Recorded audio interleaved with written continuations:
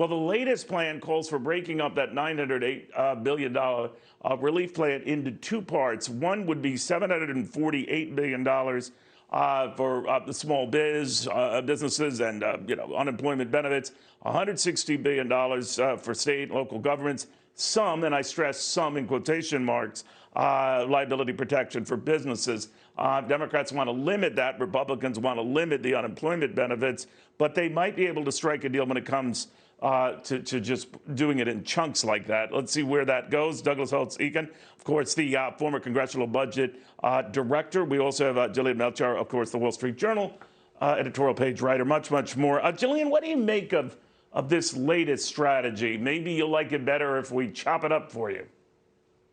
Well, I think Democrats throughout this have been pushing to see what they can get away with. They want to see how much spending they can use, and COVID's a good opportunity to do this. I mean, I think the things that most agree upon are more personal protective equipment, some money to go to businesses, but the contentious parts, in particular for Republicans, are these state and local bailouts. I mean, why should my family in Wyoming be paying for Andrew Cuomo's catastrophic lockdown policies? It's just insanity. It's big spending Democrats that are waiting for somebody else to bail them out again. You know, when I look at this, Doug, I know people have ceased looking at the expense of all of this, Doug, and I know you're a big deficit hawk from your days at the CBO, just watching all the money going out and a lot less money coming in. But having said all of that, you can make the argument that the economy will need some relief. A lot of folks will need some relief, and both parties recognize that. But I'm just wondering, especially when I'm hearing from prominent Democrats, that there's a lame duck relief and they want more in a Biden administration on top of that. Where is all of this going?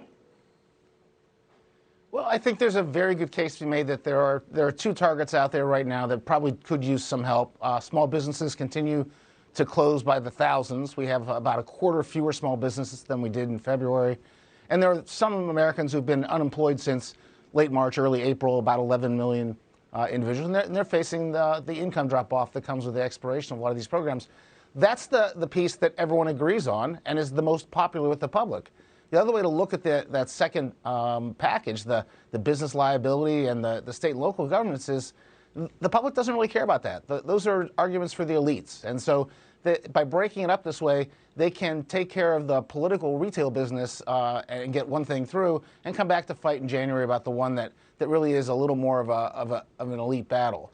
As far as the economy goes, this is really about just having a little bit of a bridge to next year. It's not stimulus or anything like that. It's just a financial bridge to get some small businesses and some families through the worst of this second surge, and then off we go to growth. And I'm not convinced that they're going to come back, look at the economic landscape, and need to do a whole lot more spending. I mean, things will probably start to pick up on their own. Jillian, I don't think it's gotten a lot of attention, but obviously everyone hopes for growth and the promise of the vaccines that are coming out and how that will, put a limit to the lockdowns and maybe things will ease up in the new year. I don't know what's going to happen with the federal government. I don't know what's going to happen with Joe Biden and his tax hike. I guess a lot depends on those Georgia runoff elections. But I do know that a majority of states are considering tax hikes because they have to balance their books. New York among them, California among them, and Connecticut and so many others, New Jersey, where they're already raising taxes. So I'm wondering at a state level whether that's going to mitigate this and limit this growth or this boom that Wall Street envisions. I don't want to be a crepe hanger. I'm just raising that possibility that even if Joe Biden can't raise taxes at the federal level, a lot of governors are going to do just that at the state level. Yeah, I mean, I think a lot of governors are getting in a pinch, especially in these blue states.